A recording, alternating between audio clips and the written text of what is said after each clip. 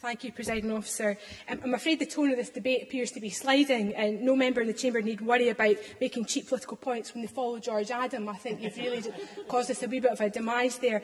Presiding Officer, I'd like to make some points about the situation regarding school leavers in Edinburgh and the lack of positive destinations that they have. But before I do that, I want to make some quite serious points about activity agreements.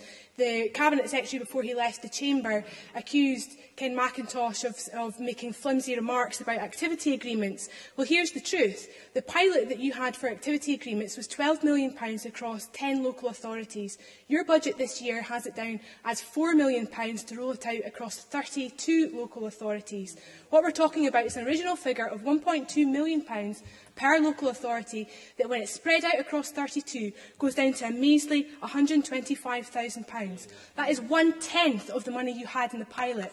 So how can you possibly take the lessons of your own evaluation into the pilot, apply them across Scotland and expect them to achieve the same results? That's why this side of the Chamber has such serious concerns about your commitment to all 16 to 19-year-olds. Ms Dugdale, could you also address your remarks through the Chair, please? I'm sorry, Presiding Officer. I get so emotional about these issues, they're so important. Moving on to the issue of Edinburgh City Council. The Skills Development Scotland report from March of this year said that Edinburgh had the worst record of every single local authority in Scotland for positive school leaver destinations. And I'd like to share a few more of those figures with the Chamber. 1 in 6 children in Edinburgh leave school without a positive destination to go into, no education, employment or training. In 5 schools in Edinburgh, that figure is as high as 1 in 4. We're talking about 538 kids from Edinburgh last year that had no education and employment to go into. If you're not bored with the detail yet, let me tell you that 61% of those were boys, 48% of those came from the most deprived parts of the city, 13% of them were care leavers or were currently in care.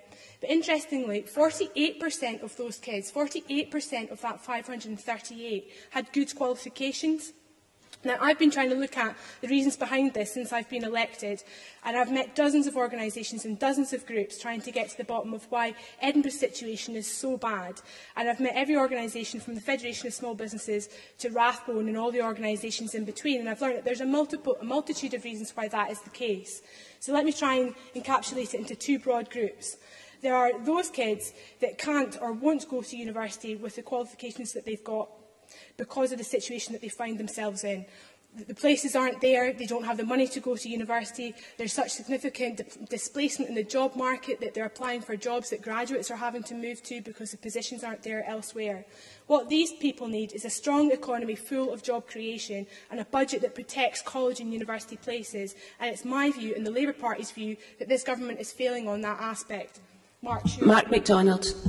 But would the member not welcome the Opportunities for All programme which this government is introducing, which will ensure that those people who leave school without a positive destination are given a guaranteed offer of either a training place or some form of employment? Kezia Dugdale. Presiding Officer, I absolutely welcome that commitment because it was taken directly from Labour's manifesto. My issue with it is the mixture of the measures and how exactly that is delivered. My experience of activity agreements is that they can be as little as 2 hours commitment a week. And I'll come on to talk about a specific example where that might fail our country's youngsters if we apply the same policy across all those people who currently have no positive destination. I said there were 2 key groups I wanted to talk about, Presiding Officer. The second one are those school leavers who need more support, whose backgrounds are more troubled and whose pathway in life has been an issue of concern since the moment they went into school. These are the kids that I would like to see more support for, and I'm pleased that Edinburgh City Council has found money this year to put into every secondary school to allow the secondary school itself to find the employability training it finds most appropriate for the kids in its own school. And I commend the leadership of Sue Bruce, the Chief Executive of Edinburgh City Council, for taking such a strong lead on this issue. I only wish that the elected politicians around her had cared so much about it, because it was their failings that have left her to pick up the pieces. Just before recess, Presiding Officer, I had a very enjoyable experience of presenting awards to people who had participated in the Edinburgh Challenge project, which was a joint initiative between Rathbone and Action for Children in Edinburgh, which was about the redevelopment of George V Park, which is in Malcolm Chisholm's constituency. This was a programme where 14 kids who were part of that 538 were given a 6-week programme to redevelop a park that they used to trash, basically. They were graffitiing it, they were smoking, they were drinking. 6-week programme, a little bit of money, they rebuilt it. It was an amazing experience. It taught them a huge amount about the working environment that they sought to be part of. And I met a young guy there called Lloyd, who had moved from that 6-week programme onto a work placement now, which is half paid for by Rathbone and half paid for by his local employer. Lloyd just wants a job. He hated school, he can't go to college, all he wants is an opportunity to work. He couldn't be a nicer, more ambitious young guy, and all I want is the best for him and the opportunity for him to get a job.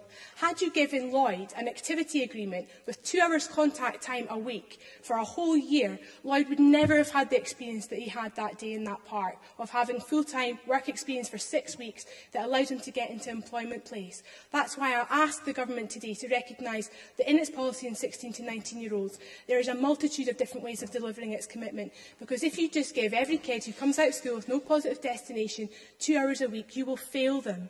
And I ask you to look very carefully that when you deliver this high promise, that you are in command of the detail and recognise that the numbers simply don't add up to the ambition that you appear to have for young people in this country.